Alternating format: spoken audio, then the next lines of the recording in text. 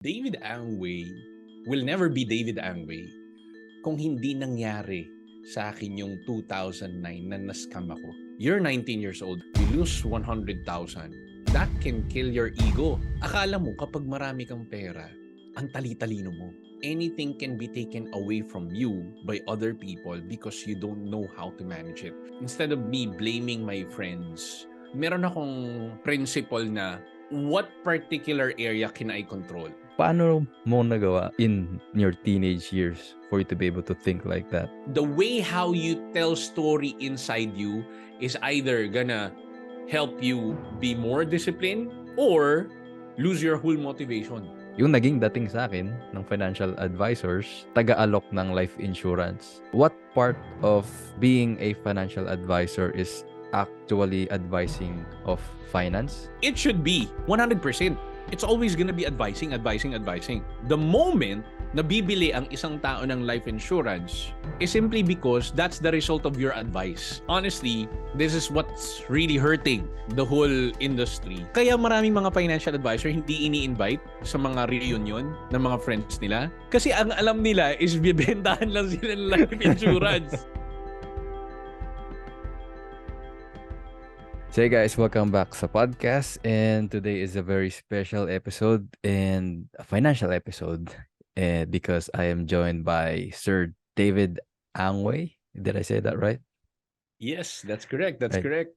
Yeah, right. So David is a financial advisor and excited ako dito dahil isa sa mga pinaka-interested akong topics is finance. Like personally kasi I want to be better at it, you know? And I believe nag-improve naman kasi dati talagang wala akong ipon. Pero ngayon, I was able to, be more disciplined, in control with my expenses. Medyo may uncontrolled pa rin na expenses. Pero yeah, I was able to invest in some things like a business and other things. And yeah, so David, welcome sa podcast. Thank you for having me here. And at the same time, I'm so excited to help tons of people, especially to all your listeners right now. So, excited ako dito, Andrew. All right? To grow the mindset, okay, ng ating mga kababayan. All right, yeah. And first is, tatanong ko is, medyo hindi siya directly related sa finance, pero it's about you eh. So, the common question pag tinatanong yung mga tao, parang who is ganito, who are you, who is David? Pero kadalasan ang naririnig natin is yung accomplishments, hey, this is me, I'm a financial advisor, ganito, ganyan. Pero who is David really?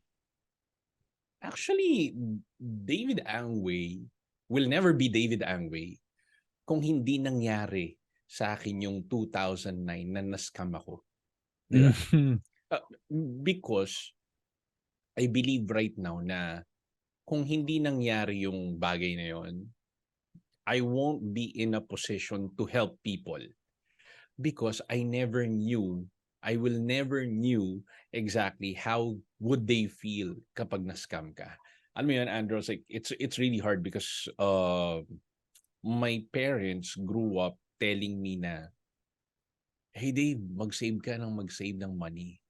But they never informed me na kailangan mag-invest. So, when there was this opportunity to invest, alam mong sinabi ko sa sarili ko, okay, I do have money. So, I think I'm qualified to invest. Because sakto yung timing eh, Andro. I graduated from college. I took the board exam and then passed. So, yung confidence level ni David Angway during that time, nag-uumapaw. Di ba? Akala mo kapag marami kang pera, ang tali-talino mo. Di ba? Okay, di ba? Yun ang akala ng marami. Akala ng mga tao kapag may bonus sila, ang tali-talino nila. Kapag tumaas yung mismong income ng business, for them, they think na it's about them. And that's exactly the moment na na-realize ko after I got scammed. Kasi It was actually 100,000. And then a friend of mine told me na, Dave, you know what? Diba, this is your first job. You can probably go ahead and simply diversify na and all. Wow, grabe, mga highfalutin words and all. Mhm. So ngayon, akala ko, I'm ready for it. So ang akala ng maraming tao, when you do the investments, you need time, money, and knowledge or expertise. Meron akong time and at the same time, ang tawag nito, meron akong time pero wala akong expertise. Meron akong money. Time and money doesn't give you a guarantee to be successful. Mm. Pero when I put that money there, I just give it directly to my friend. And since it's a friend, di ba, you trust him, you give him the money that you got, right? Okay. Ang nangyari was, what? What's next? After 6 months, actually, I figure it out dahil I found out na yung mismong company nag-send ng memo na we will be closing our operation. So sabi ko, 100,000 in the last 6 months nawala. Grabe. Ang yaman ko nun. Di ba? Mm. Alright, di ba? So, that was the backstory of David Angway na, man, I thought I was doing pretty good until such time na anything can be taken away from you by other people because you don't know how to manage it. For me, that was the tax of being financially illiterate. For Mm. me, I thought na I was doing pretty good, pero I was not. Deep inside me, I was, alam mo yun, like, kinakain ako ng greed. Kinakain ako ng fear of other people's opinion. Pero, nagkaroon ako ng reflection time after that eh. Maganda yung sinabi ni Ray Dalio, he's a billionaire hedge fund investor, na pain plus reflection is equals wisdom. Oo. It was actually painful. You're 19 years old, Andro, during that time. You lose 100,000. Man, that can kill your ego most of the time, right? Okay? Pero at the end of the day, my response towards that was, shucks, man, that was my hard-earned savings. If I won't reflect, this will happen again. So Yun that agad was, yun ang naisip mo during yeah, that time? yeah. That I mean, instead of me blaming other people, instead of me blaming my friends, meron akong principle na what particular area can I control? mm. If I blame the company, will I still get the money? Most likely, wala na. All right, so I give it up. All right, SEC is actually hunting them during that time. So yun, sabi ko, man, it's gonna be impossible for me to recover the money. Second, a friend of mine also invested there. Somebody told me a 55-year-old actually lost at least 5 million. Andro, it's like he's 55, I'm 19, I lost 100,000.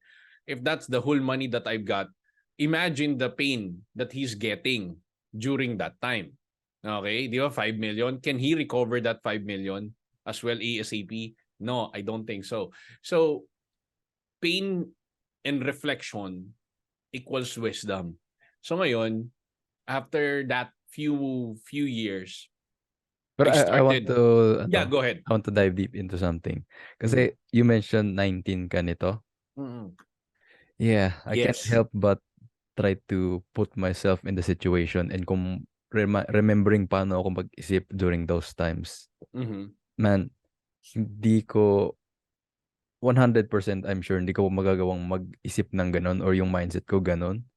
I'm gonna be focusing on how stupid I was and lahat ng negative, and that will cause me, to be even more depressed kasi during those times I was a depressed teenager. Mhm, mhm. So, paano mo nagawa na may mentor ka ba? May nilo-look up kang tao, may nagtuturo sa'yo during those times in your teenage years for you to be able to think like that? So I grew up in a community wherein people are very close. Okay, but they never talk about money.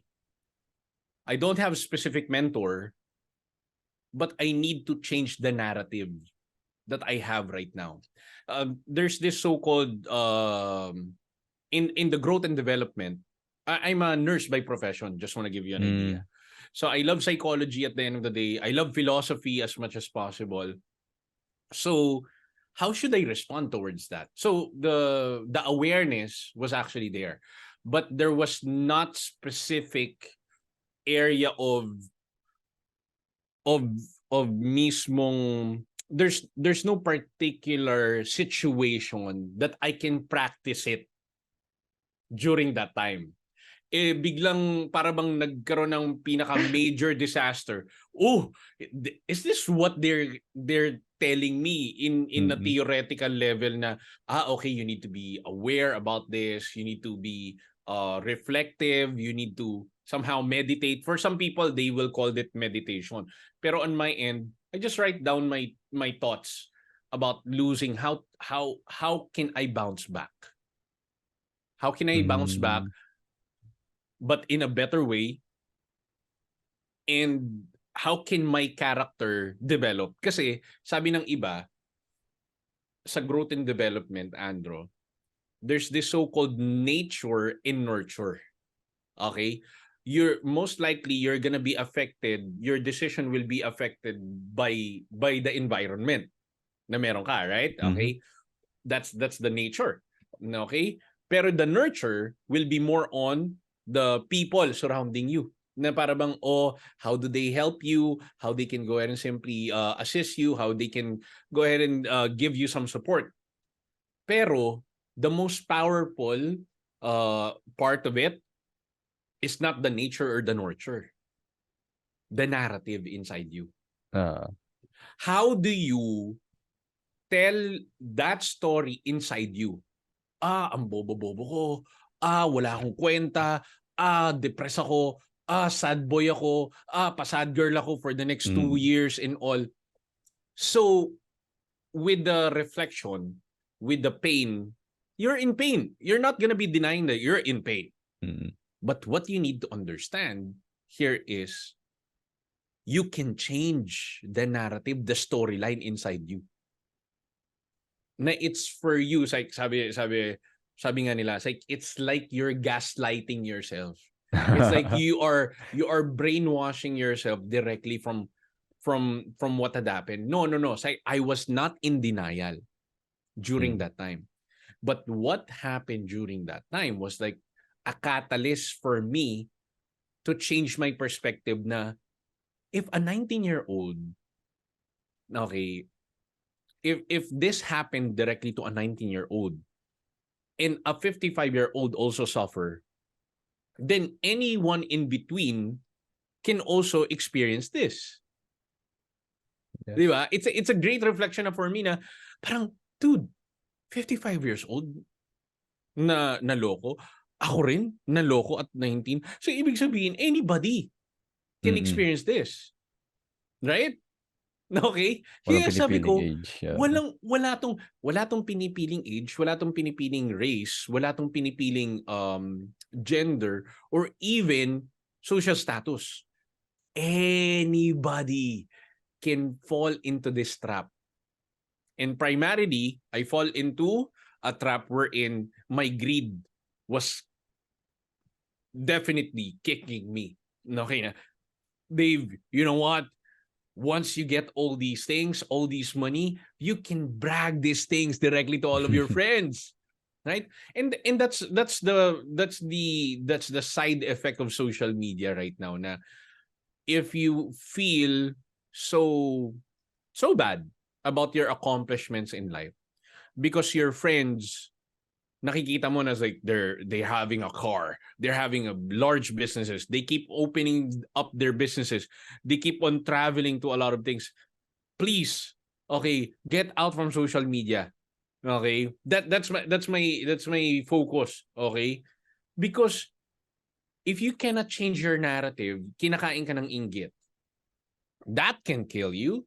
that can kill your motivation, that can kill your discipline, that can probably inspire. Pero, remember this one, if I change my narrative, na parang, oh, nawawalan ako ng motivation kasi nauunahan na ako ni Andrew. He already got a podcast and all or something like that, blah, blah, blah. Pero if you think that Andrew is doing pretty good right now, hindi, gusto ko siyang sabayan. Para at least sabay kami. So it's a way, the way how you tell story inside you is either gonna help you be more disciplined or lose your whole motivation. Di ba? Kaya you need to be very aware. How do I feel right now? If you can name your feelings right now, it's like, how do I feel right now whenever I talk to Andrew? It's like, I feel more comfortable. I feel more how do you feel whenever na he's posting on social media? Honestly, nai-irritate ako. Yeah, di ba? It's like, where does it come from? Where does it come from? Is it coming from directly from the mismong ano niya, ang tawag nito, remember this one it's like our feelings and emotions is a reflection of our values din para bang, uy, kapag si Andrew gumaganda yung mga posting niya, nai-irritate ako kasi hindi ko na-accomplish yung ginagawa niya. Pero kung you're viewing it in the lens of, wow, nakaka-inspire si Andrew, I want to be like him. I want to surpass him. I want to be better than him. I want to view it as a healthy competition. It's like that. Those are two different lenses. Kaya David Angway will never be David Angway if I never gave up that 100,000 and reflect at the end of the day. Grabe, 100K, isipin mo yun. That was 19 years old, di ba?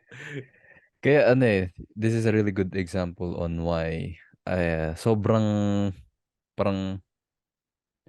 malaki ang paniniwala ko sa mindset. Lalo na sa parang nagiging common trend on social media na parang ginagawa nilang katatawanan. Na yung, alam mo yun, napapansin mo ba pag may inspiring something, tapos ginagawa nilang katatawanan, mindset ba? Mindset? Gano'n. Yeah. That's correct. Pero it's a way for us Filipinos to take it very lightly Okay. We Filipinos are like natural in terms of making things in a lighter way, lighter mood ang dating. Para alam mo yan, sana all, di ba? Di ba? Ganyan. Ay, dati ayaw ko nung sana all na yun kasi parang nung medyo close pa yung isip ko, parang it implies na lahat ng gusto ko hanggang sana all na lang ako. And ang na-realize ko when yung dati, nung sobrang against ako sa yung pabirong sana all, kasi feeling ko pag sinasabi ko yun, parang lahat na lang na gusto ko hanggang sana all lang. Pero yun yung times na parang, wala pa akong, in a way, a level of awareness na alam kong I'm only joking. Pero ang narrative ko talaga yung nagpe-predict kasi. So parang yung narrative, wala pa akong sarili kong narrative na alam ko na ito yung narrative ko. So yung mga joke na gino-joke ko, yun yung nagiging narrative ko. True. Tama. Actually, on my end, I also feel that way. For some Filipinos kasi, they need to change the narrative nila kasi yun yung magdidictate kung ano yung magiging future natin. Okay? Kasi kahit sabihan ako na, Dave, you know what? Ang bobo-bobo mo. Dave, ang tanga mo. Or Dave, you're not gonna be successful. Then, the narrative would still be, are you allowing that one to hinder to be your future? Somebody, let me tell you, this happened.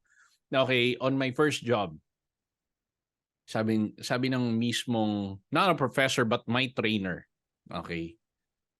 You will never be able to speak in front of public. That's a hardcore. You're telling a 19-year-old, kagagraduate pa lang, took the board exam, and then mentioned that one to you. Alam mo, I was too afraid of public speaking. Alam mo ba yung number one fear ng mga tao right now? It's not death at all. It's about public speaking, man. Okay? So when she told me about it, I realized that, man, I will never be able. So that's what keeps on ringing inside my head. So inaccept ko lang yung narrative na yun.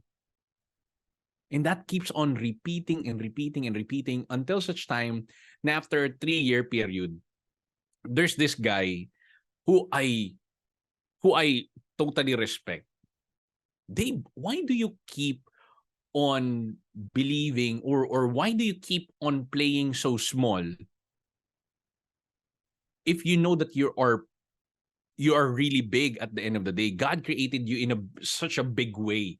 Your name is David. You're a giant slayer. And then you are believing too much with those nonsense. Sabi ko, ano? Kaya, Andrew, that helped me a lot. That freed me up directly from the, nga no. Di ba? It's like, there's an aha moment with that level.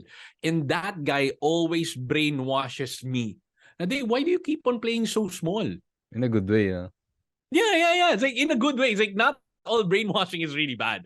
But he tried to change the level of my perspective towards myself. Na parang, ano? Why do I believe that? Fast forward 10 years, 2009. Fast forward 10 years, 2019. TED Talk invited me to speak. Talaga? Yeah. Man. So that killed the whole thing. Parang, dude, seriously? And then I put it directly in a caption na, sabi, like, my trainer told me na I will never be able to speak. Pero see who exactly told me, or see exactly who invited me. It's like TEDx talk asked me to simply speak. Tapos like there's tons of paragraphs. I will be inviting you on this one, blah, blah, blah, blah, blah, blah. It's like, man, if I never change my perspective, if that person never brainwashes me in a good way, I won't be able to speak to you. I will never be able to launch my podcast. I'll never be able to speak in front of public, in SMX, in different locations, even internationally in Hong Kong. I'll never be able to speak. Why? Because I believe on that such narrative. Kaya, that's my backstory. So guys, totoo ang mindset.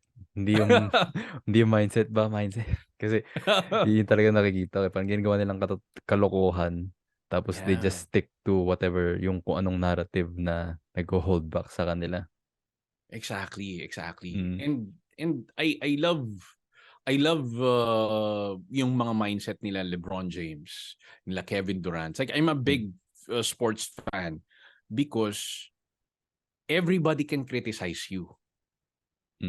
But if you allow them, okay, if you allow their words to mess up your game, then that means, okay, you're losing control. Okay? Di ba? It's like, hindi yan magaling and all. It's like, everybody's gonna choke every fourth quarter. He's losing his momentum and all. It's like, he's not gonna be part of the greatest of all time list because he keeps on choking. Pero that's the narrative of the media. Pero inside you, what's the narrative? Are you trying to confirm what the narrative of other people towards you? Or are you trying to go against that? Diba? I'm not saying ang tawag ito, Andro, I'm not saying na you need to prove yourself directly to a lot of people. No. I'm not saying that one. But I think a better way to say this is, instead of proving other people, instead of proving them wrong. other people wrong, yes, proving them wrong, why don't you prove yourself or improve yourself every single day? Improving yourself. Tsaka para sa'yo, for you, not for other not for people. Everybody people. Yeah, you're not for everybody. Let me tell you that one. You're not for everybody. If other people will troll against you, then my biggest thinking here is this. Okay, every perspective mo, every opinion mo about sa buhay, not all people will believe will simply agree with you. There are tons of people who will just criticize you. It's easy to criticize than to think. That's what Carl Jung said. No, okay? The reason why many people can criticize is because that's easier than to think. Okay? That's really crazy. That's really true. So that's the main reason why I do have Reels, I do have TikTok. It's already close to 4 million views and all. Pero not everybody who comments will simply agree with me. And it's fine. It's good. I don't need to look after the clap nila or di kaya the mismo affirmation nila towards me. What I'm looking forward to is whether I'm helping the right individual. So, alam mo talaga yung goal mo, why you do it. So, hindi ka na shake ng parang opinions ng iba. Na at the end of the day, yung opinions na yun, they ano eh, sobrang liit lang nung relevance nila sa'yo. O, irrelevant nga sila eh. Kasi yung isipin mo yung nag-comment, hindi naman hanggang pagtulog nila, iniisip nila yung kinoment nila sa'yo. Kumbaga, dumaan lang sila sa newsfeed, tapos yun na yun. That's correct. And I always tell these things directly to some of the people who would like to be like an influencer. Na you don't seek for all those claps, the likes, the comments, the shares and all. You don't seek for that. You seek for a meaningful advice that can help them throughout the generation. You might be wrong probably 10 years from now, pero what matters to them is when they hear you, can you inspire them to take an action? Because if not, then okay, ang ganda ng sinabi niya, like, pero it wouldn't lead to an action, then that's not gonna be totally relevant at all. That's my focus. It's like to help people make better financial decisions through stories and illustration. Diba? Yeah, so that is who David Angway is. Okay. 19-year-old, nawala ng 100K, and then from there, it's history na. True. Alright, so sobrang thank you for sharing that kasi I want to put that into perspective kasi yun nga, kahit ako, di ko alam how I would handle that. And then now, moving on to my next question, and I believe this is now moving towards yung more financial side. So, ako dati, hindi naman marami, pero there's a number of financial advisors na nag-approach sa akin before, try to offer me yung services nila. Pero, I can't remember exactly everything that happened that led me to have this belief or this mindset towards financial advisors. Pero, what part of being a financial advisor is actually advising of finance? Kasi yung naging dating sa akin ng financial advisors through my experience is taga-ALOK ng life insurance. Kasi currently meron akong life insurance. Okay. Pero after ko mag-avail, naging monthly expense na lang siya and I never heard from my financial advisor again. So what's your take on that? Okay. One of the main reason why I'm still here in this business is to help tons of people, or especially Filipino people. I'd like to restore their faith and trust within the insurance industry and investment company. Okay. My take on that was, prior to me becoming a financial advisor licensed within an insurance company and investment company, I took a course called Registered Financial Planning, wherein we talk about holistic view about money. Hindi lang life insurance. When you talk about life insurance, it's about risk management. Okay, so anong tinuro dun sa Registered Financial Planning Institute? Behavioral economics, simple budgeting, and then up to the point na may integration. So going back to your question, what part of being a financial advisor is actually advising of finance? It should be, the whole idea here is 100%. Dapat, it's always gonna be advising. And then, the moment na bibili ang isang tao ng life insurance is simply because that's the result of your advice. Hindi yung, ganito nangyayari. Bigyan kita idea. Okay? And for all the people who's currently listening right now. Ang ginagawa is 3-in-1, 5-in-1, 6-in-1 life insurance. You can hit all these things. Pero ang ending, ito, na-frustrate yung client after the next couple of years because they never told about the charges. Advising should be holistically. Ibig sabihin, I just don't talk to you about life insurance. Oh, ganito yung magiging dapat na coverage mo, ganito dapat yung mismong premium mo after that one. And then after that, dapat bibigyan pa rin kita ng meaningful advice. Pero ang ginagawa ng mga tao, and honestly, this is what's really hurting the whole industry, was after kita mabigyan, the next 3 months or 3 months, 4 months, 5 months, hindi man lang maibigay sa iyo yung policy. Ibig sabihin, kinalimutan ka na at the end of the day. Tapos lumalaki sila, lumalaki yung mismong yung number of clients nila. Nakikita mo, nagiging awardee sila. Pero that doesn't equate directly to the service that they're giving you. 'Di ba? Mm-hmm. Uy, tapos ang galing-galing ko. For me, this is just my perspective. If and when you are a financial advisor, your whole role is to simply keep on advising 100% every single day. And then the main reason why bibili sila sa'yo is simply because of what? Because of the advice na you gave ahead of time. It can be free, it can be not free, pero ang ending is yung mismong na lang yun, bonus na lang na bumili sila. Kung bakit? Because 100% because of your advice. Pero kung hindi ka nag-a-advise as a financial advisor, hanggang financial ka lang. Hanggang dun ka lang. It's like a friend of mine told these things like, guys, kung hindi kayo nag-a-advise, kahit na anything, it's all about life insurance, mananawa yung mismong kliyente mo. I talk about everything.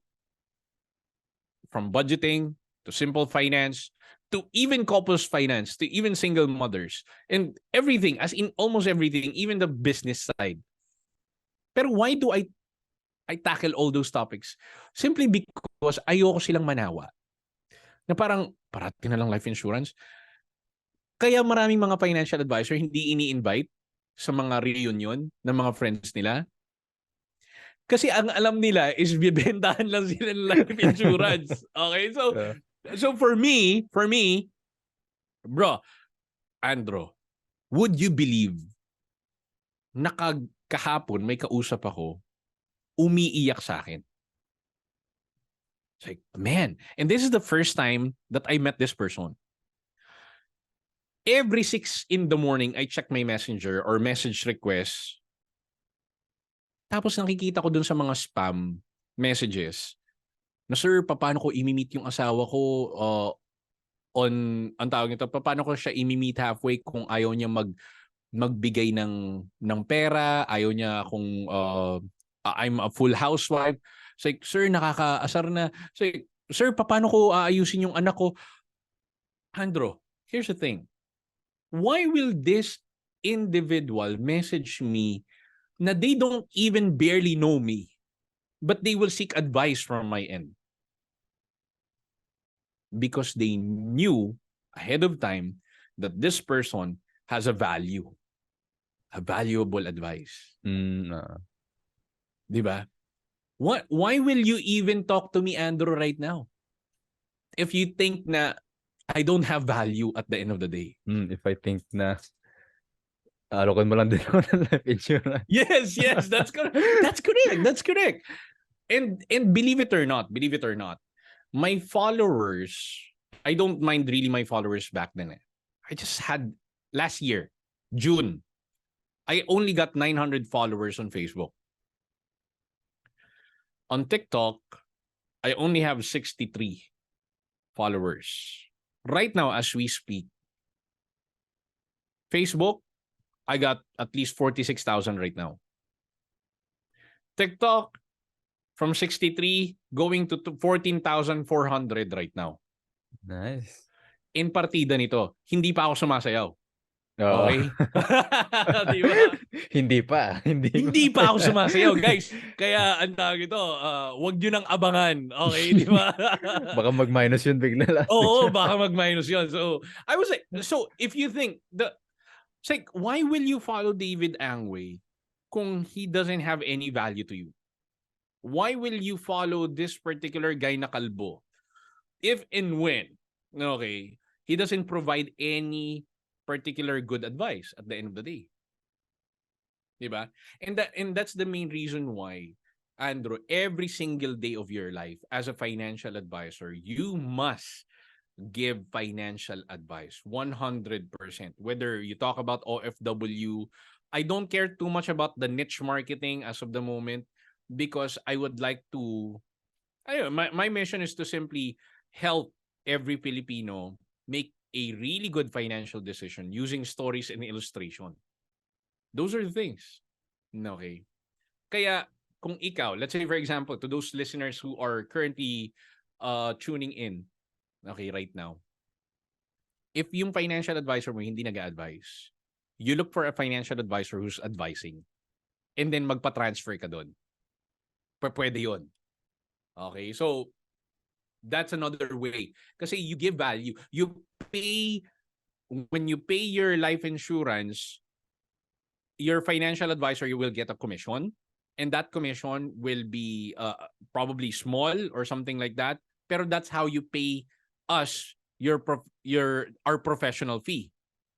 If you don't get any value from us to our end, we don't have the, what do you call this one? We don't have any I'm looking for the right word eh.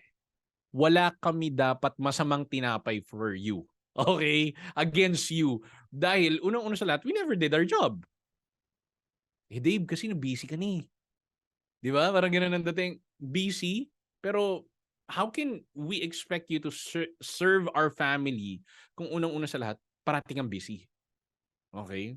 Di ba? Some of my clients nagsosorry. Dave, sorry ang tawag nito, kailangan kitang gambalain. Paano nga pala yung insurance ko, ganito, ganyan. Bro, you don't need to say sorry. You're my client. So I need to go ahead and simply focus in serving you. Kinokorek ko sila doon. Kasi I don't want to feel really entitled na I'm so busy, I'm high and mighty, I've been seen directly in different TV shows, pero I cannot even respond directly to my clients. That's really crazy. Okay? There's no David Angway without the trust of the clients. That's exactly how it really works. Diba? I hope it answers it answers your question. Medyo mahaba. Alright? It does. Kasi parang na-hit mo yung one of the reasons kung bakit ako mismo nag-decide na ako finally kumuha ng life insurance. Mm-hmm. Kasi ilang beses na ako inalok eh. May friend ako, inalok niya akong inalok. Lagi akong hindi mo na. Until yung grandfather ko na nag-passed away. And then lahat ng expenses, lahat ng pinanggastos, yung mga natabi niyang pera, yung mga nasa ATM niya, nasa cabinet niya, dun lahat napunta sa panggastos nung parang burial niya, cremation niya, basta lahat yung So dun ko na-realize na ayoko naman na kung ako mawawala, yung maiiwan kong pera puro sa panggastos lang ng pang-asikaso sa kamatayan ko mapunta. True. That's And correct. so because of that story, because of that, you know, that circumstance, ako na mismo nagkusa mag-decide. Nag-PM ako sa kanya, parang, hey, I'm ready, parang ganun.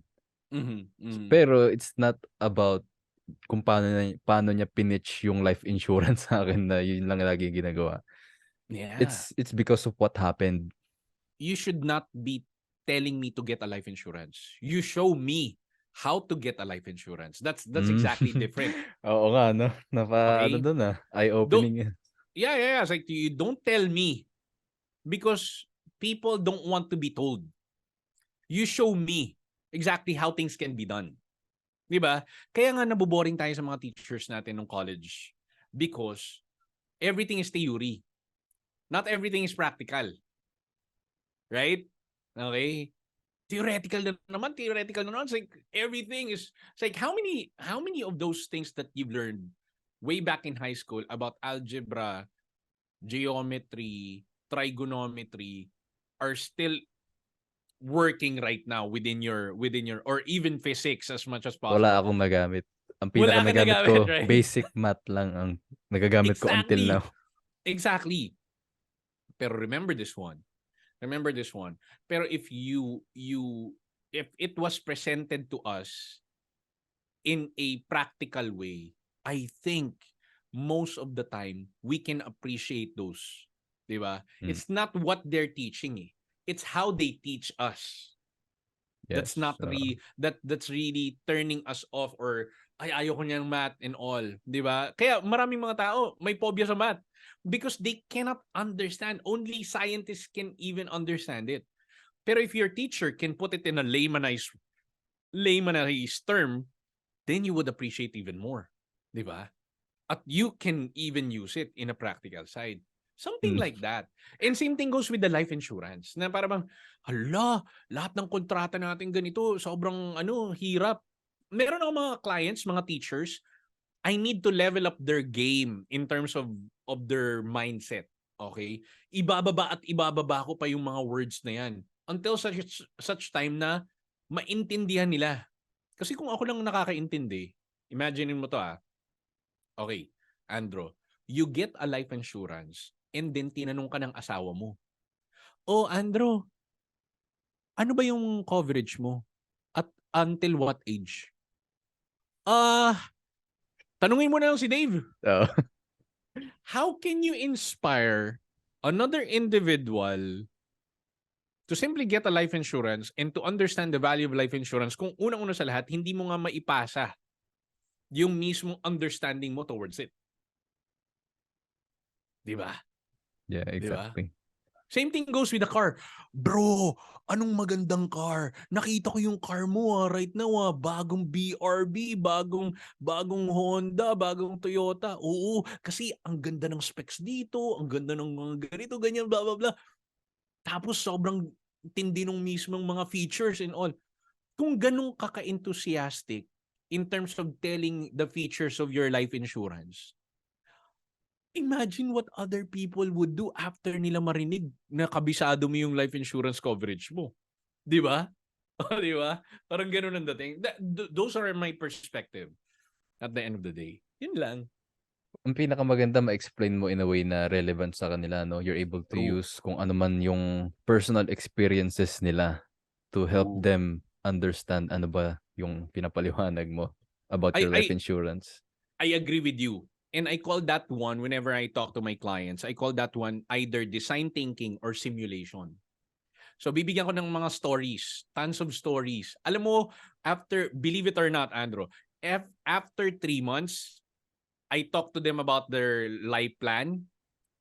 Alam mo yung matatandaan nila, yung mga stories. Mm. It's not about the fund value, it's not about the mismo death benefit, but it's about the stories that I told them last 3 months ago. Because stories can stick. Mm. Stories can stick. Kaya maraming chismoso. Maraming chismosa. It can lead them to Pero kung paano kung magamit mo in a good way, no? Yung yeah, storytelling. yeah, exactly. Imagine this one and I believe on this case, especially for those people who would like to set up a business or creating a business or creating a marketing campaign. Bakit yung Noli Me Tangere, yung El Filibusterismo, yung Bible, yung Quran, yung Torah, no, okay? Yung all these things are full of stories. Oo nga, All no? these things are full of stories. These and stories can steer your emotion. And how does people make financial decision? It's through emotion. Yeah, totoo.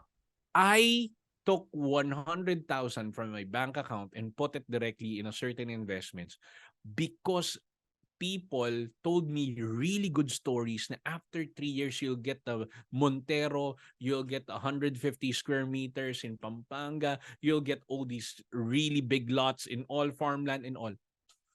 Dude, that steered my whole emotion, and my emotion was greed during that time. Okay? Di ba? Mm, Kaya I was really into it. Okay? Tingnan mo, even after 13 or 14 years ago, I can still remember the story. tumatak talaga kasi sa'yo. Mm. Exactly. 'Di ba? And that's what you call perfect storyline as much as possible. Yun. Yeah, so talagang nasagot yung tanong ko dun na what part of being a financial advisor is actual advising of finance kasi yun nga so far ang naging experience ko with financial advisors is puro life insurance, life insurance, life insurance. That's really So bad. thanks for clarifying that up and sharing your personal experience with it.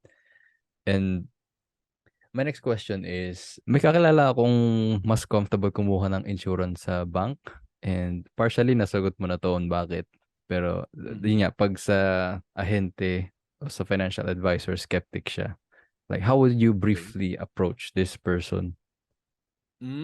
Okay. Well, number one, I'd like to understand first kung bakit siya skeptic.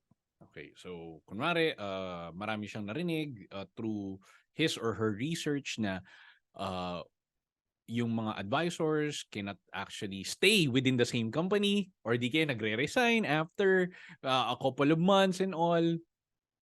Here's my practical standards towards that. And some people might disagree with me, pero I know it's okay. All right. So number one, you look for a financial advisor who's been with the business for about 5 years. Because if 1 year pa lang yan, mataas yung chance na might be kick out. Ito yung pinaka-practical advice ko if kukuha ka sa isang financial advisor. Kasi tried and tested to.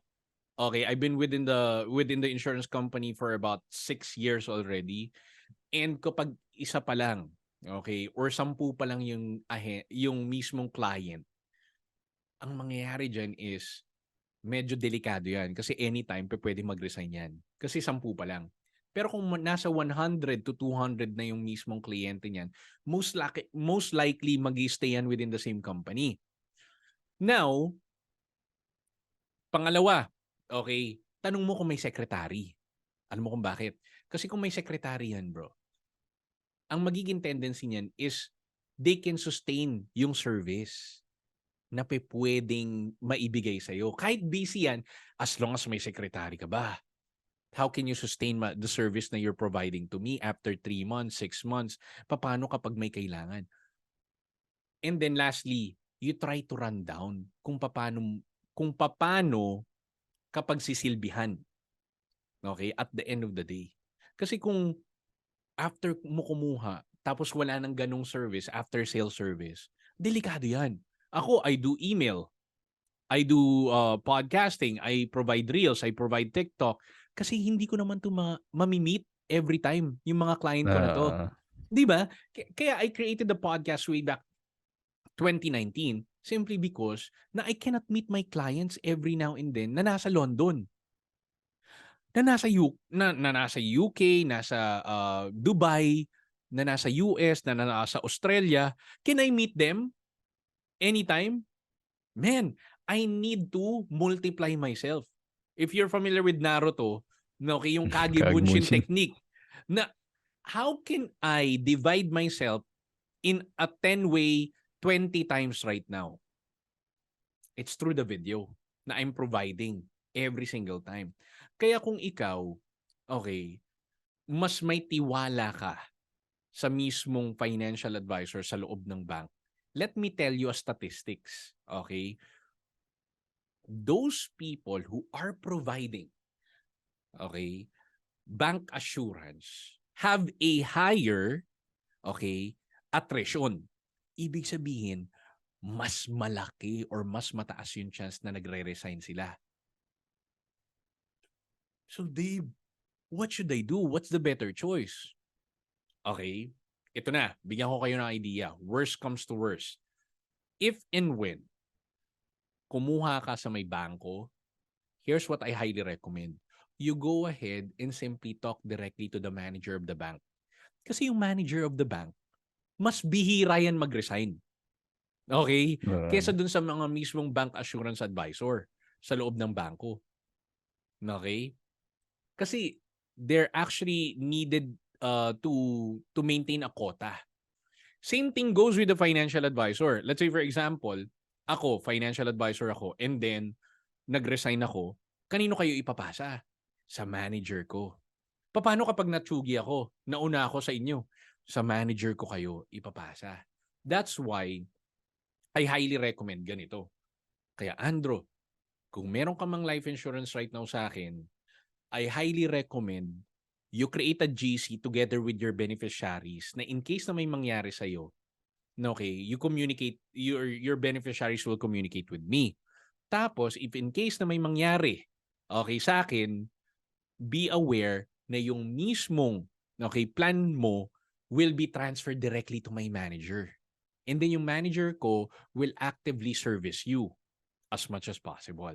That's the process of orphan policy holder. Yun yung process natin for that. Kaya I fully understand the question. I know there's a lot of, alam mo yun, pangamba, pero binigyan na kita ng idea.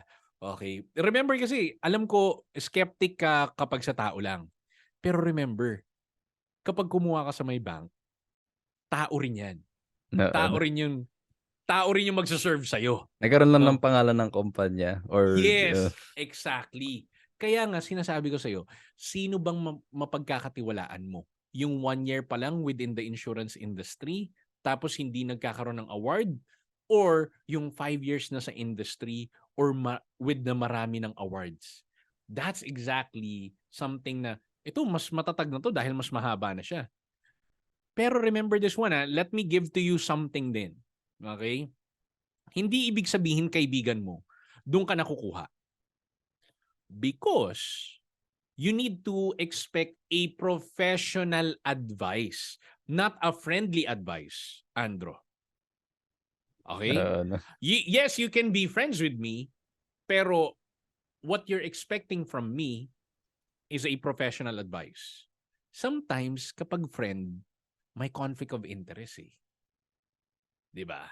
And you don't want that. Ako, kahit, ang tawag nito, kahit sendan mo ako ng message, since I don't have that too much attachment with you, then the conflict of interest is wala. Diba? I will not gonna mention or give you an advice na it should benefit me as well, right? Because you're paying me, let's say for example, you're not paying me anything and then you just ask for an advice and you're not my friend at all, then I'll be brutally honest with you. At the end of the day, diba? Even if you're my client, I will tell you brutally honest, like, can I be very honest with you, Andro? It's like, you are not really thinking well.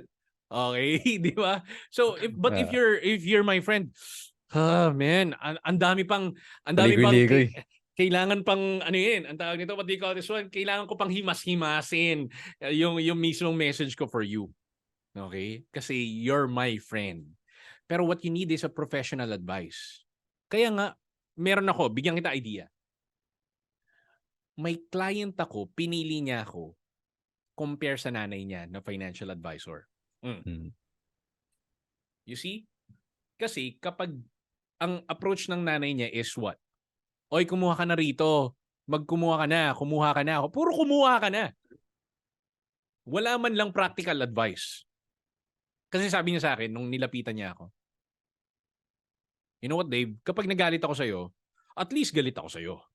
Pero yung nanay ko, imagine mo, siya yung nagluwal sa akin, tapos galit ako sa kanya. Dahil yung pera ko, hindi niya ma-explain kung para saan yung mismong plan. Doon ako sa'yo. Di ba? nakita mo yung possible conflict of interest, especially kapag kapamilya mo at the end of the day or kaibigan mo. Pero do you think it can never work kung ganun yung setup?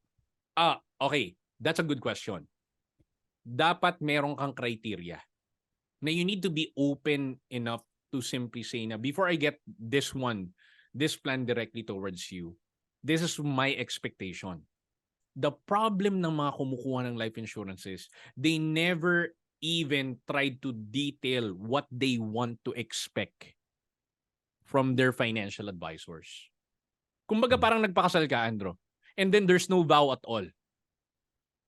So kung there's no vow at all, yung aalagaan kita kapag nagkasakit ka, so walang expectations level. Walang management ng expectation or setting. So you'll be akin yung magiging pera mo akin. Okay? Ako dapat ang beneficiary sa mismong life insurance mo. Dapat irrevocable.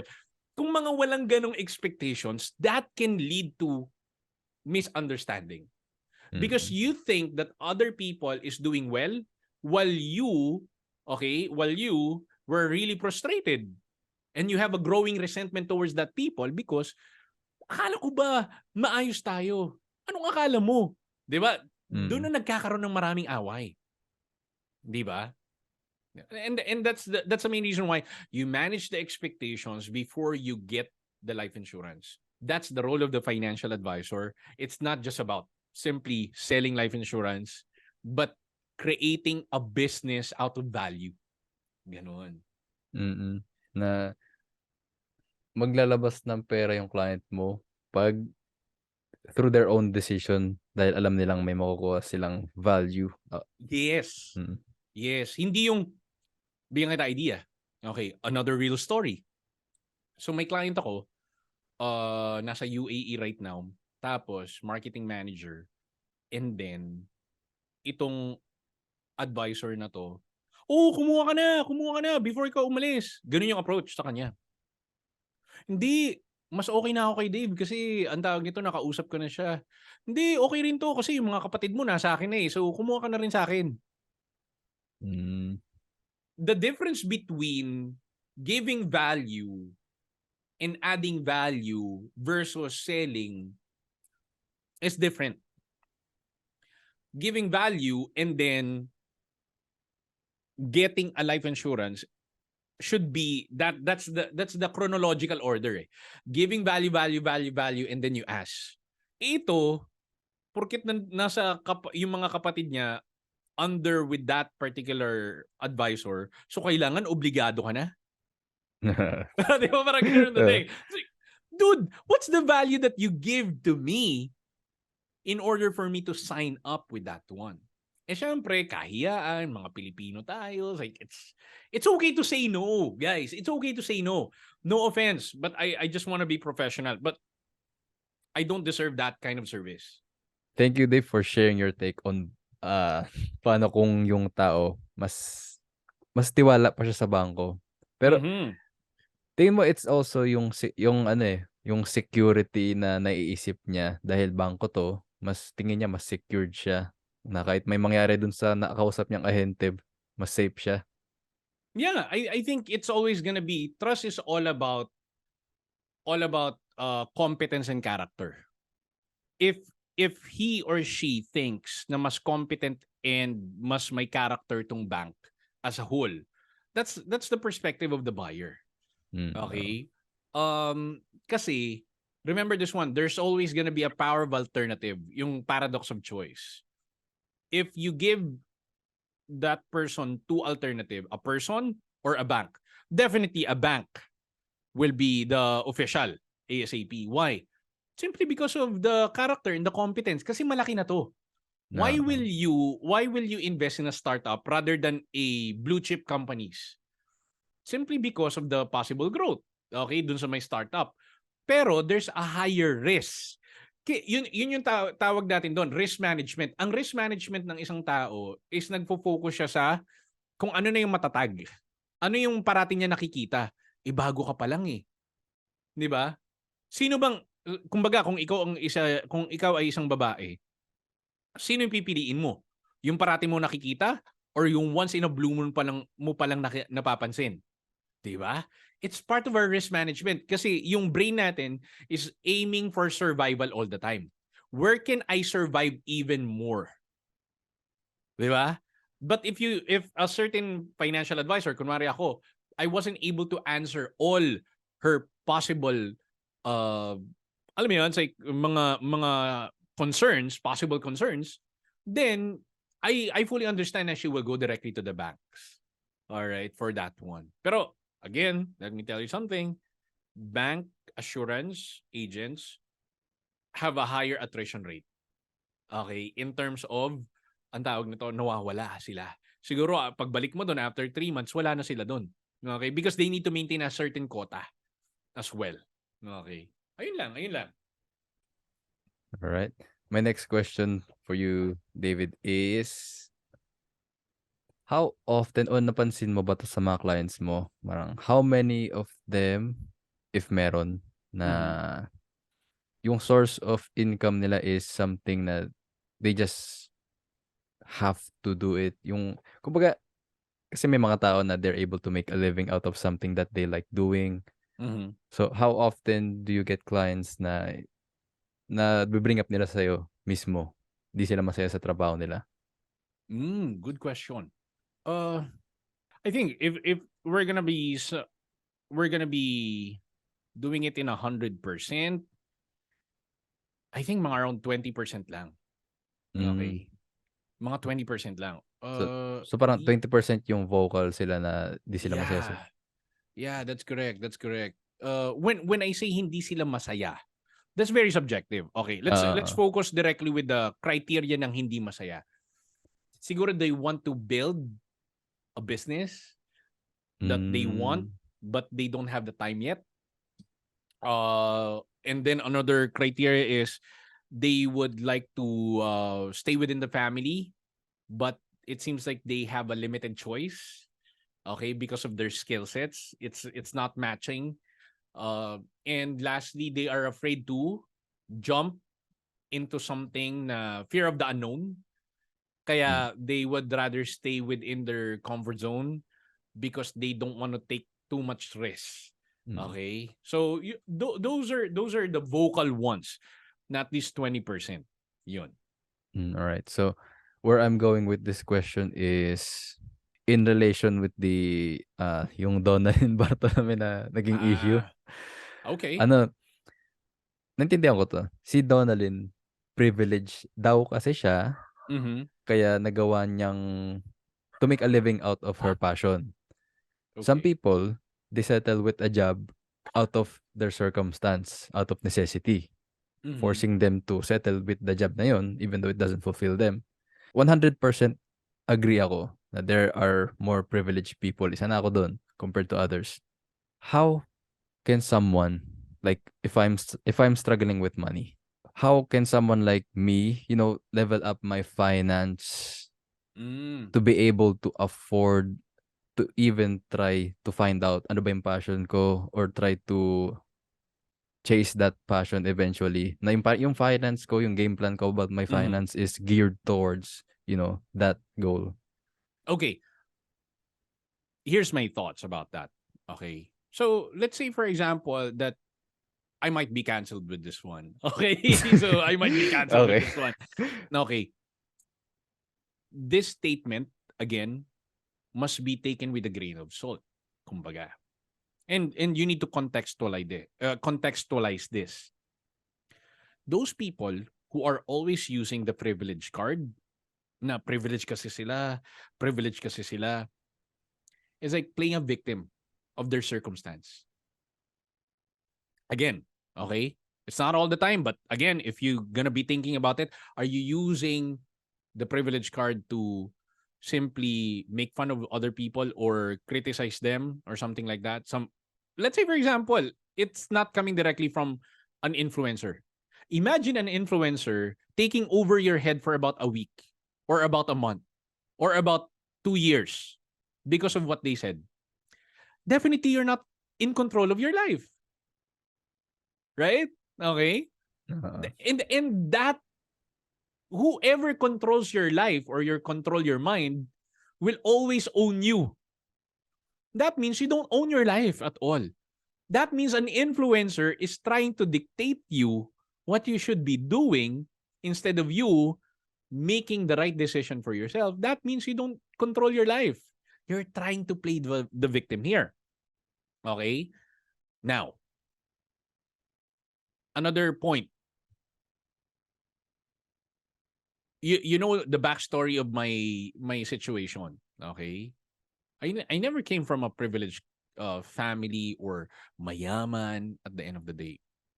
Pero my parents are super hardworking. Sobrang stingy. Sobrang, di ba? It's like, very selective yung giving at the end of the day. Pero me, getting that habit from them, I was able to get the funds na 100,000. All right? So, through my hard work and perseverance. Pero you know what? Even I got scammed, I never said na, man, kasalanan kasi ito ng friend ko eh. Di ba? Mm. I don't know with the current generation that we have right now, pero there's a growing philosophy that's actually killing this particular generation na you need to seek happiness all the time. We were not designed to be happy all the time. Whoever told you that it's a big lie. Instead of you seeking for happiness, seek for meaning. Those people who always seek for happiness, yung immediate happiness, will end up with emptiness. They thought that happiness is the key for them to succeed in life. No. If you're always gonna be happy, you're gonna end up being in a psychiatric ward. I can guarantee you with that one. Whoever told you that you should be seeking for happiness in this life is lying to you. If that was the social media telling you, get rid of the social media. Diba? Seek for meaning. There's this book called Search for Meaning by Viktor Frankl. Viktor Frankl. Man, I've never read the book, but I know exactly the story. Pero the main reason why he was able to survive the concentration camp sa Auschwitz by the Nazi is simply because he was able to find his mojo. When I say mojo, intersection of his purpose and yung mismong pagiging doktor niya. Kasi majority ng mga nasa Auschwitz, di ba, nagkakamatayan na. Pero you know what he did? Dahil maraming namamatay, he's trying to help everybody. To simply, live one more day. Live one more day. Live one more day. Until such time, okay, na ang hope niya, after niya makalabas, even though hindi niya alam kung kailan siya lalabas ng concentration camp, was to meet his wife again. Yun yung pinaka naging hold niya eh. Whoever been in a Nazi concentration camp, do you think are they seeking for happiness all the time? Di ba? Imaginein mo yung work mo right now is nasa concentration camp ka. Whoever told you na you should be happy within the concentration camp, it's really gonna end up, alam mo yun, it's like you'll end up being miserable. Kasi you cannot control everything eh, within that area. Kasi may pinapatay, yung mga friend mo, namamatay na rin at the end of the day. And then yung ikaw, let's say for example, sa loob ng ng company mo, maraming nagre-resign, marami na nag-aawol, marami nang nadidismaya sa sa transportation system, 'di ba? I think that's the whole thing. So if you will be using the privilege card again, if you will be becoming a victim, if you will always be searching for happiness all the time, you're gonna be killing yourself. Honestly. Kaya for me, instead of you, okay, this is the replacement. Instead of searching for happiness, search for meaning within the work that you're doing right now. Kasi not every work na ginawa ko, even nag-resign ako dun sa other 3 jobs ko, is I tried to reflect kung ano yung tinuturo nito sa character ko. Ang Hmm. gusto kasi natin right now is, kunwari, you started a business. Gusto ko kaagad yumaman, yumaman, yumaman, yumaman. Kailangan, dapat parati happy tayo, happy. Pero ang ending is, man, may nag-back out na client, may may supplier na hindi nakapagbigay kaagad on time. Imaginein mo yon. If you're searching for happiness and not looking for the meaning of it, how can that situation turn into a really huge, okay, catalyst for you to develop your character? That can lead up to what? Okay? Blame storming. You're blaming other people for the misery that you're having right now. That's not a really good job at the end of the day. Tons of people don't have accountability. So, sir, Yeah, oo. so what you're trying to say, sir, is like we should be denying our feelings. Hindi, I'm not saying that one. But what I'm trying to say here is where do you focus your control? If you cannot focus on what you can control, you'll end up being a loser dun sa mga areas na hindi mo naman kontrolado. And that's my perspective towards what the message was actually shared. Biruin mo, that came from an influencer, from Donalyn. Pero imagine this one. This is the another perspective. What if that came from Mother Teresa? What if that came from Brother Bo Sanchez? What if that message came from John Maxwell? What if that came from, let's say for example, from BP Robredo? Hmm. Or what if that came from Barack Obama? I'm pretty sure the response will be different. Will you be telling them na, Brother Bo, privilege ka kasi? Do you think Oo, 'no? sasabihin mo yun? Do you think sasabihin mo kay Mother Teresa, Mother Teresa, mayaman ka kasi? Eh what if that came from Buddha? Or what if that came from Jesus? What if that came directly from a most or the most respected individual na nire-respect mo right now? Will you say na privilege ka kasi? What do you think? What you choose to focus on, parang yun talaga yun, eh. Parang yun, like you said, hindi mo dine-deny kung ano mang feelings meron ka, they are all valid. Totoo, merong mas privilege kaysa sa'yo, pero what now? What do we do? 'Di ba? Parang yun yung parang perspective ko, eh, na every time may siguro masamang nangyari sa'kin, parang feeling instead of parang feeling ko talo ako, parang, "What now? Anong gagawin ko?" Mhm. Totoo lahat ng nararamdaman ko, totoo Mhm. lahat ng naranasan ko, doesn't mean those are invalid. Pero what Yeah. now? Anong gagawin ko? At saka, you need to understand na kailangan mong tanungin din na, what's the meaning of this? Mm. What's the meaning of this for me? Or how can I use this feeling to develop my character and competence? Kasi kung pa-sad boy ako for the next 3 days, imaginein mo yun. Se 30 how many hours yun? Pa-sad boy ako, imaginein mo yun, 3 days ako nasa higaan lang. Wala akong ginawa for about 3 days. You can make money, but you cannot make more time. Right? Sir, pero sad ako eh. Oo nga, pero lagyan mo ng deadline yung pagiging sad mo. Oo. Di ba?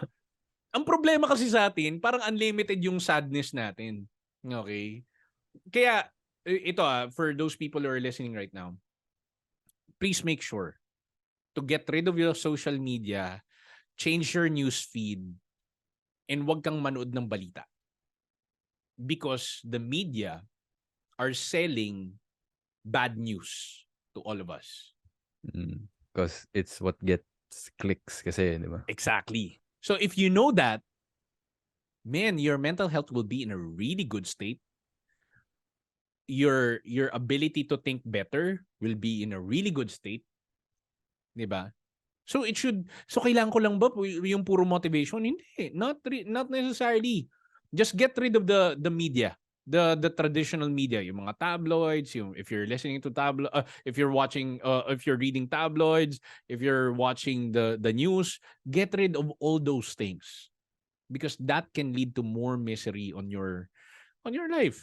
Okay, when I get rid of it, man, I can guarantee you sobrang ganda ng mental state ko. Okay? Sobrang ganda. As in, ang linis. Wala na yung mga garbage. Wala na yung mga trash. Okay? It's time for you to get rid of that. Kasi remember this one, in a computer, do you still remember this one? Garbage in, garbage out. Yeah. Di ba? You see? Yeah. And sarap sa feeling na hindi ka kontrolado ng social media. You're using True. it. Kasi sometimes you're not using social media, it's using you. Tama. And ngayon, na-shape ko yung newsfeed ko in a way na every time may nakikita akong parang ang negative, nagbe-bring up Mhm. ng mga gossip, Yeah. in-unfollow ko kaagad. And through that, after weeks of doing it, ang mga nakikita ko sa newsfeed ngayon is either nakakatawa, motivating, True. inspiring. So, parang ang newsfeed ko ngayon, it supports the person I want to become. So, True. parang sarap sa feeling ng gano'n. What you consume develops you. Mm. Yung worldview mo nade-develop siya ng ng mismong kinukonsume mo eh. So ibig sabihin nakikita mo lang nagiging pessimistic ka na magkakaroon ng recession, na magkakaroon ng maraming what do you call this one? Yung mismong sa China, lalaganap ulit yung mismong virus and all. So ang nakikita mo, hala, puro ano tayo. So nagiging panic mode ka, right? Okay? And remember, worry will not add another day of your life. It won't add another day, even a single day of your life by Actually worrying. takes. Yeah, it actually takes, Mm. kasi tingnan mo, pa-sad boy ka ulit. 3 days, 4 days. Oo. The whole week, pa-sad boy ka. So imaginein mo yun. That can lead to bad situation for you. Mm. Ngayon natutunan ko parang hanapin lang sa mga kung may sa mga media. Ano yung parang relevant sa akin? What True? what do I need to be updated on? Tapos get off na agad. Yeah. That's good. That's good. I hope our listeners will try to reconsider what they're trying to consume. Ikaw nga, hindi ka nga kumakain ng basura. Bakit yung mismong pinapanood mo, puro basura? Oo, hanep. Di Yeah. ba? Di ba? Mm. It's another perspective. Kung puro basura yung pinapanood mo, yung nasa utak mo, puro basura na rin. Eh Dave, ito na nga lang nga yung entertainment ko dahil sobrang sad ako this week. Or pagod ako sa work, 'di ba? Pagod ako sa work. This is my only entertainment. Okay, let me tell you something. Okay? Okay lang na maging sad. Okay lang na maging unhappy. But let me ask you something. Okay? If you keep on watching these things for the next 30 years, yung type of preference mo right now, and do you think it will help you grow? Do you think you will live the life that you can? You can, and you are pursuing. Are you pursuing a life na in the future yung mawawalan ka ng problema? Kasi sometimes watching shows, binge watching a show is like an escape route for some people. Build a life na you don't need to escape. Mm. Build a life that you don't need to escape every weekend or every day off mo. Oh, sir, kasi privilege ka. You see, that's Oo. gonna be Oo. another Gagamitin sa'yo victim yan. mentality na naman. Okay, sir, how can I go ahead and simply save more money? Eh, ang dami ko ng gastos. Well, I highly recommend you go ahead and simply increase your income. Sir, how can I increase ang income kung wala pa akong natapos? Eh, why don't you go ahead and simply watch more YouTube tutorials at the end of the day? Nakakapag-binge watch ka ng 3 episodes per day sa Netflix. sa may VU, sa may Disney Plus. No, okay? Nakasubscribe ka dun sa 3. Tapos you don't have time to simply watch tutorial. Sir, kasi hindi ko sila maintindihan. You know what? Yun ang problema mo eh. Kasi ang dami mong pero, kaya nawawalan ka ng pera. Pero sir, pero, di ba? Di ba? Your Kung, pero, your pero is taking away your pera. Galing. exactly. And that's creating tons of the excuses. Yeah, sir. Valid naman lahat ng excuses ko. Pero what are you doing? Will you let your excuses control you? Or will you let the excuses move away from you? It's your choice. Sir, wala kasi akong choice eh. Kalokohan yan. You always have a choice. You just don't follow that choice or that route. You're looking at the other choices kasi. You're not thinking a better choice for you. Di ba? Yeah. And Yun. for me, ano nga eh, it's not even, increasing your income sometimes. Kasi sa akin, I took my same income, I reevaluated, ano bang pinagkakagastusan ko, how do I spend my time. Doon pa lang That's correct. nag-improve na yung parang nakapag-ipon ako na dati di ko True. magawa. Auditing is like looking at the mirror and then telling yourself na, uy, may dumi ako sa mukha. Ayaw ko nito, tatanggalin ko to. Tons of people are not doing budgeting. What they're doing is mental accounting. Kaya kapag tinanong ko sila, how many % of your salary or your income napunta sa pagkain? Huh? Hindi ko alam, Dave. You know why? Because you're doing mental accounting. You're not doing budgeting at all. That's the reason why you overspend. Simply because that means you don't have control over your money. What makes you, in control right now, this 2023? That's my biggest challenge to our listeners right now. Is your money controlling you? Or do you have a control with your money? Or That's really good. Yeah, that's another auditing question for you.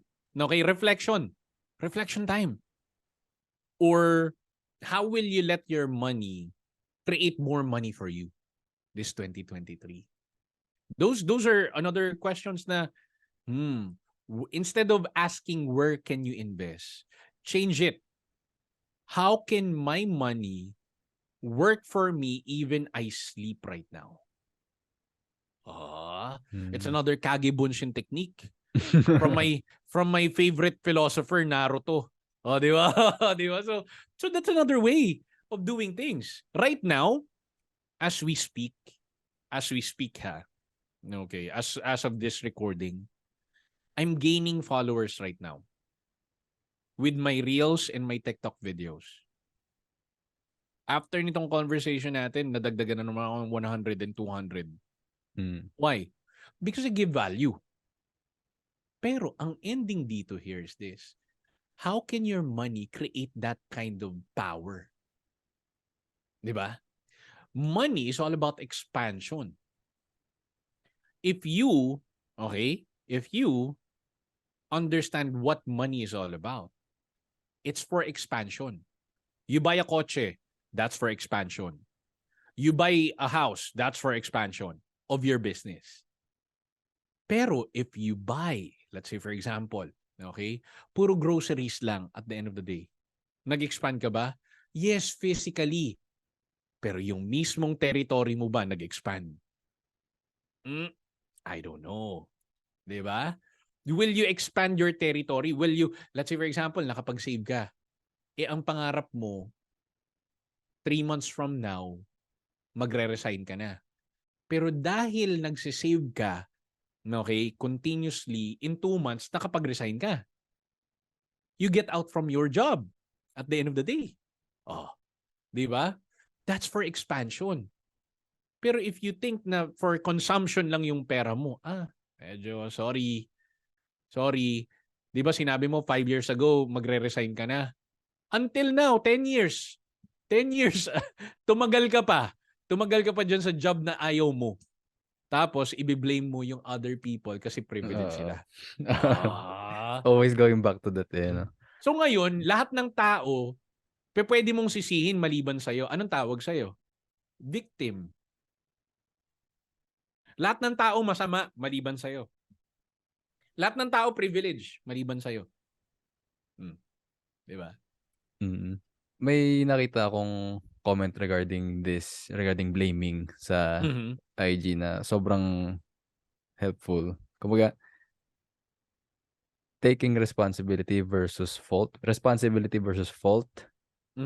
So the idea is, totoo na may lumaki sa mas, siguro, poor na country or mas less fortunate. Yeah, that's not your fault, pero it's your responsibility to get out of it. Yeah, I agree with that. Because again, remember this one, okay, 80% of millionaires right now or self-made billionaires are first generation millionaires. Ibig sabihin, 20% lang yung mismong nag-inherit ng mismong kayamanan. Pero 80% are self-made. So ngayon, what does it mean? Ibig sabihin, you can do it. Kung hindi ka galing sa privileged na family, that means 80% you can do it. Diba? Because other people was able to survive and thrive at the end of the day. Diba? Ang problema kasi sa ating mga Pilipino, in majority, was, again, it's easier to judge than to think. Carl Jung. Okay? Diba? Because that's the easy way out eh. That's the easy way out. Diba? Ang problema sa atin is, ito, another quote, but it's not from me. You cannot find someone who's judging you who are doing less. Okay? You cannot find people who are judging you na who's doing Kumbaga, more. the Who's doing people, more. the people that judge you are always the ones who are doing less than you. Yes, that's correct. All right. So, my mentors are not judging me at all. People who are criticizing Donalyn and those people who are criticizing other people who are so-called privileged, they might have a point, but they're looking at her situation as what? As a scapegoat. To validate their feeling na I'm not privileged, kaya you can say that one. You are so insensitive. Pero let me ask you nga again. If that came from Mother Teresa or Brother Bo Sanchez, will you say the same thing? I don't think so.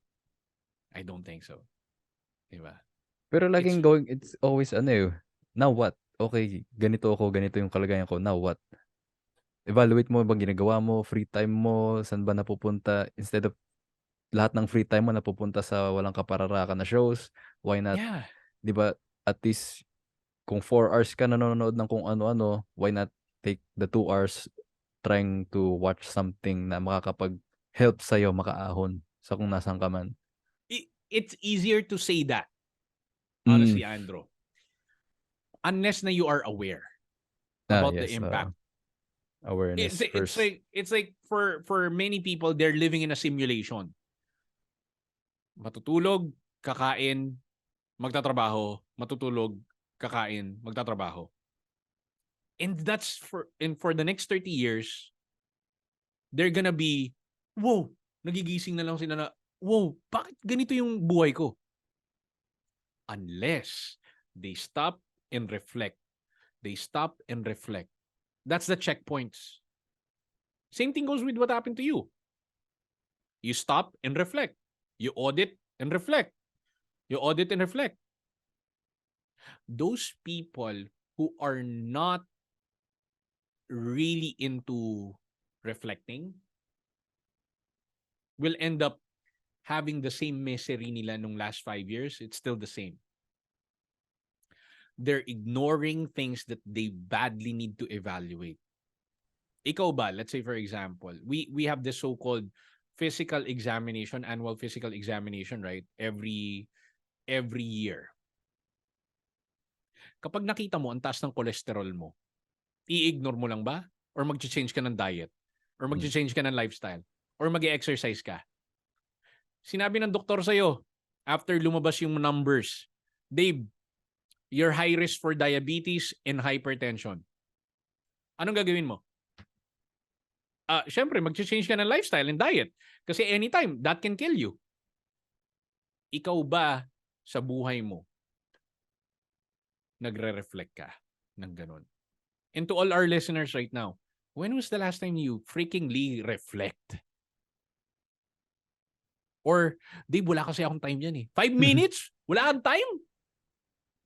Nakapanood ka ng YouTube. Naka-YouTube Premium ka pa. Naka-binge watch ka pa ng 3, ang tawag nito, napanood mo pa yung Avatar. Okay? 3 hours. And then, 5 minutes, wala ka? Dude, we talking about level of priorities. It's painful to reflect. But again, if you don't reflect, you'll end up having that pain for the longer time. Actually, ano nga eh. If you think wala kang time, during the times na you feel unhappy, parang yung nararamdaman mo nga yung pain na nadulot ng kung ano yung lifestyle mo so far, gawin mong go signal yon or sign para mag-reflect. Whenever, parang ang nangyari sa akin in my weight loss journey, pag nag-fit ako ng damit sa fitting room ng SM, dati taba ako, obese ako eh. 210 pounds, 96 kilos. Ngayon nasa 170 pounds. Wow. Yun lang, yung napatingin ako sa salamin ng fitting room ng SM and I'm unhappy. Okay. Nag-reflect ako. And then, doing that numerous times and having awareness, doon ako talagang nag-take na ng action, nag-take time to figure out ano bang gusto ko talaga. Parang ganun. That's clear. That's clear. Di ba, remember this one kapag napaso ka, di ba nagluluto ka, napaso ka, di ba immediately may jerk reaction ka kagad? The problem sa atin, alam nang napaso ka na, 10 beses ka nang napapaso, nasusunog na yung balat mo. Yung iba, numb na. Oo, no, namanhid na. Namanhid na. Di ba, kunwari, di ba, like, sinasabi ng mga parents natin, wag kang magpapaa. Kasi baka mamaya matusok ka ng and all. Eh dahil naging kalyo na yung mismong nagkaroon ka na ng kalyo, hindi mo na nararamdaman yung sakit kapag tumatapa ka sa may lupa, right? Same thing goes for some people. They call these things learned helplessness in psychology. Number 1 is comfort zone. They don't want to change because they're living in a really good way. Okay? They don't want to change because it's all, they're in a zone, na comfort zone. Bakit natin kailangan alugin yung bangka kung okay naman tayo? Right? Learned helplessness. I don't know, it's like if you know this story na may mga kabayo nilagyan ng tarangkahan. Ibig sabihin ng what do you call this one? Ng gate para hindi sila makalabas, right? Nung tinanggal na yung tarangkahan, they still stick within that location. They never went out nung tinanggal na yung mismong what? Yung mismong harang. Some people, even tinanggal na yung harang sa buhay nila, they still feel the same thing na at the end of the day, meron pa ring harang yun. Natatakot pa rin sila. Ikaw, you certainly move away from that harang because you change your narrative inside you. Mm. Second, you move out directly from that harang because you don't want to feel the pain anymore of being obese, being malaki, and yung fitting room, gusto mong masuot yung mismong mga gusto mong Oo. mga item. You change your narrative, you reflect, you move out of your comfort zone because that pain triggers you to change. Na enough is enough. Let me ask those people who are listening right now. When do you think enough is enough na? You've been suffering too much pain already for your whole entire life. And then you still keep on staying in that position. That's another reflective moment for you.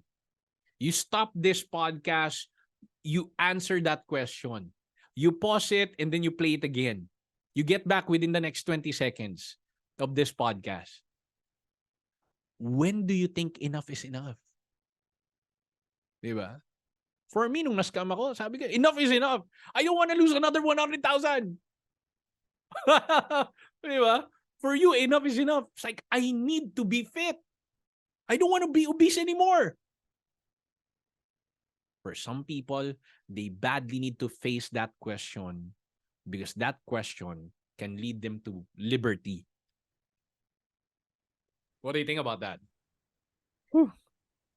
That's another way of looking at it and very impactful way of looking at it. Kasi yun nga mismo naramdaman ko parang sawa na ako sa nararamdaman ko during those times. And ginagawa kong parang band-aid lagi yung nano-normalize na yung obesity, dapat mahal mo raw sarili mo. Deep inside ako, hindi yun yung gusto ko Tama. So, I had to find out when is enough enough at talagang I took time to reflect at i-figure out ano ba talaga yung gusto ko para sa sarili ko. Oh, let me add another one. The reason why people are not getting their goals, ibig sabihin, they're not hitting their goals, is simply because their goals are not their goals. Mm. What do you mean by that? What do you mean by that? Okay, let's get back to Andrew said a bit. Okay. Kasi tiningnan ko yung sarili ko and ayoko na to para sa sarili ko. For some people, ang gusto nila for you is for you to be obese and stay that way. Because when you lose weight, that can be offensive sa kanila. Dapat sama-sama tayo rito. Kung mahirap tayo lahat, mahirap tayo. Kung umalis ka man, mayabang ka. Di ba? Some of the people who are listening right now are probably torn with what? With the whole idea na kailangan ba nilang i-follow yung kanilang mga magulang for their courses? Kailangan ba nilang i-follow yung kanilang magulang? Huwag kang magpa-promote ka diyan kasi malaki yung maibibigay mo sa amin na funds. Wow. Wow. That's coming from a mother and a father. And it's not coming directly from you. Gusto mo na mag-resign. Sobrang toxic na yung community. And you're not growing anymore. And everything is valid. You're not finding any meaning already. Everything is meaningless every time na pumapasok ka na. The biggest problem here would be, yung goal mo ba? Iyo ba yan? Another reflection. Or goal yan ng parents mo for you? Or goal yan ng wife mo for you? Goal ba yan ng mismong kapitbahay mo for you? Or nape-pressure ka na naman na yung the whole friends mo was like what? Okay? Baka mamaya naapektuhan yung mismong goal setting mo dahil yung mga friends mo is trying to control yung opinion mo sa sarili mo para mag-fit in ka sa kanila. That is crazy, Dave. That's where I'm at right now. If you're currently on that situation right now, you're not serving yourself. You're not. You're thinking of yourself less right now. Okay? How can you become the better version of yourself if and when you're trying to please other people? Ah, di ba? Ayoko kasi, Dave, yung ma-disappoint yung parents ko. 35 years old ka na, iniisip mo pa rin na madi-disappoint mo yung parents mo? Nagda-drugs ka ba or what? Kung as long as hindi ka nagda-drugs or illegal activity, I'm good with that. Pero do you think your parents will be so proud of you if you focus directly within your development sa sarili mo? Or gusto mo, ito, bigyan kita ng simulation. Fast forward, 60 years old ka from now. You will be living with tons of regrets because you followed your parents. You choose. Hindi kasi yung nanay ko, sinabihan ako dati, ganito, ganyan eh. Dapat i-follow ko daw siya. Who's playing the victim here? 60 years old ka na and you're playing a victim? Man, grow up. You're 60 years old. Di ba? So, that's the main reason why you need to evaluate whether your goal is your goal. Or goal yan ng boss mo for you. Na ma-promote ka. Eh, ayaw mo naman ma-promote. Dahil unang-una sa lahat, you're looking forward to have another business. Kapag na-promote ka, you will not be able to live up directly to your own expectations na magkakaroon ka ng business. Di ba ganyan yan? Di ba?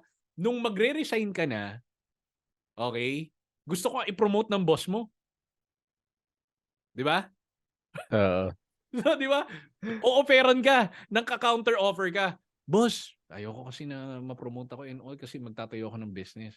So, alam niyang what? Mahahati yung mismong focus mo.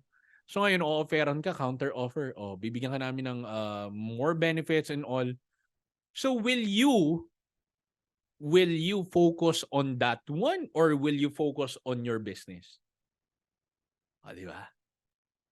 Those are the questions that I'd like to throw at you right now. Now, when you listen to this podcast, you go ahead and simply write down your goals right now. For And then yourself. i-label mo. Is this my goal? O goal ko para for yourself? Is this coming directly from my boss or this coming directly from my parents? Ilagay mo. Sometimes yung 10 goal mo, siyam dyan hindi iyo eh. Mm. Totoo. Coming directly yan from other people. Mm. Okay. And it's not necessarily, I think, a negative thing. Parang di mo sila kailangan awayin na, uy, Yeah. ikaw may gusto nito. Kumbaga, Yeah. sometimes nga na-realize ko nga na yung mga goals nila for you, lalo na kung parents, it came out of love. Kaya lang, hindi naman yun talaga yung gusto mo. So, merong misalignment na nangyayari and Okay. walang growth tuloy. Let me add something to that one. Let me tell you a story. Okay. My daughter and I are very close. I can say that one. Okay. So, I was cooking something and then I was telling her something. Okay. I was telling her a story. And then sabi niya sa akin, David, okay, first name ha? First name. Sino yun ang daughter ko? Pero we're kidding around. We're kidding around. Okay. So, David, I know na you're sad. Pero you should not project your sadness towards me. Okay? My 13-year-old told me that one. Imagine mo yun, Andro. In relation to that story, tons of parents who are frustrated with their life are projecting their insecurities towards their children. I said it. I dropped the bomb. And ang malala is they're not even aware of it. Exactly. And going back to the story na sinabi ko siya kanina, it's like, na my daughter called me by my first name, David, and all. All right. I was laughing so hard. I was cooking. Okay? I was cooking during that time. So sabi ko, tawang-tawa talaga ako. Dahil naalala ko na yung mga parents natin, they have this unlived perspective about themselves. na hopefully dapat ganito sana ako and all, pero nag-anak ako, nagkaroon ako ng ganitong mga situation and all. So ngayon yung sadness nila, yung mga insecurities nila, yung unlived life nila, they're trying to insert it directly sa mga anak nila. Para yung frustration nila, ma-answer ng anak nila at anong next? Yung anak naman nila, okay, itong mangyayari sa atin, kunwari ako yung anak. Siyempre may sarili din akong mundo. May gusto rin akong i-achieve. Eh dahil hindi ko nagawa yun, anong next, Andro? Nung nagkaroon ako ng anak, ipinasa ko yung frustration ko sa kanya. Tapos, same thing goes with my anak. Yung anak ko, frustrated sa mismong situation niya to the point na hindi niya rin nagawa yung mga gusto niyang gawin dahil kailangan niya akong i-please. So ngayon, generations to come, Na, multiple generations of frustrated family members are there. Nagets mo yung portion na yun? ah, These stories are so powerful. It's funny because it's true. What do you think about that? yeah, I really agree. Lalo na sa naging background ko with my own family na yung the way mag-express ng emotion and galit yung lolo ko and yung dad ko, talagang out of control, walang control. True. And through that, yung mga hinanakit ng lolo ko, napasa niya sa tatay ko, yung tatay ko, napasa niya sa akin nung bata ako. So continuous Oo, level. continuous yun. If you're not aware, if you're not reflecting, this can lead to tons of what? More frustrations and generations to mess up with. Kaya nga, say I'm encouraging all our listeners right now. All these things that I'm sharing right now, it's like take it with the context. Okay? Listen to the whole context. Read between the lines. That your goal should be your goal. Personal goal. So you can be really invested with it. Pero if this goal is actually coming directly from other people and you're trying to please them, are you trying to please them at the expense of your own meaningful life? I'm not using happiness, ah. Okay, di ba? Okay, I Meaning. can go ahead and simply use the word happiness during that time. Pero are you trying to please other people in exchange for a meaningful life? If yes, then you will end up being miserable in some certain extent. Di ba? Pero hindi naman ganoon. Dapat hindi mo i-generalize. Pero look at it. Look at it in the lives of different people. I don't want you to have a growing resentment towards your parents about this one. Because probably they're just projecting their frustration towards their parents. At ikaw na lang yung pinaka kailangan nilang buntungan ng galit dahil ikaw lang yung makokontrol nila sa buhay nila, right?